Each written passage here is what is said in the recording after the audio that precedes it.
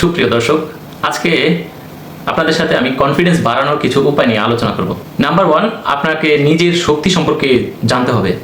আপনি কোন বিষয়ে পারদর্শী সেই বিষয়ে আপনার সুস্পষ্ট ধারণা থাকতে হবে। কারোর সাথে কথা বলা, প্রেজেন্টেশন করা, এটা আপনার বড় একটা স্কিল হতে পারে। আপনাকে অবশ্যই ছোট ছোট জয়ের অভ্যাস করতে হবে। এই যেমন ধরুন, ছোট ছোট টার্গেটগুলো ফিল আপ করতে হবে, প্রোডাক্ট ওয়াইজ টার্গেটগুলো ফিল আপ করতে হবে।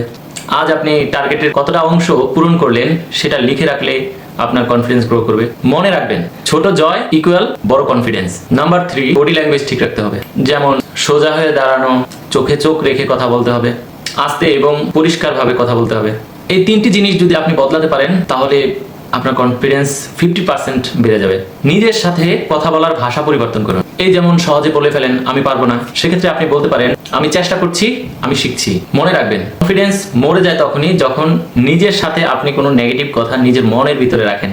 আপনি সবসময় পজিটিভ মাইন্ডসেট রাখতে হবে, পজিটিভ থাকার কোনো বিকল্পই নেই। Number 4, product knowledge. প্রোডাক্ট সম্পর্কে আপনার জানতে হবে। প্রোডাক্ট সম্পর্কে ধারণা না থাকলে আপনার এমনিতেই ভয় চলে আসে।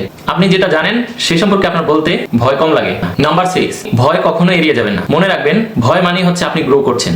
আজ একটু নার্ভাস লাগছে, তাহলে ধরে নেবেন আপনি ঠিক জায়গায় আছেন। নাম্বার 7, নিজেকে অন্যের সাথে তুলনা বন্ধ করুন। আপনি মানে আপনি, আজকের আপনি গতকালের আপনির সাথে তুলনা করুন, এটাই যথেষ্ট। নাম্বার 8, নামাজ। মনে রাখবেন, মন শান্ত থাকলে কনফিডেন্স এমনিতেই আসে। আল্লাহর উপর ভরসা মানুষকে ভিতর থেকে শক্ত করে। আজ এ পর্যন্তই, দেখা হবে অন্য কোনো এপিসোডে। ততক্ষণ ভালো থাকবেন, সুস্থ থাকবেন। আল্লাহ হাফেজ।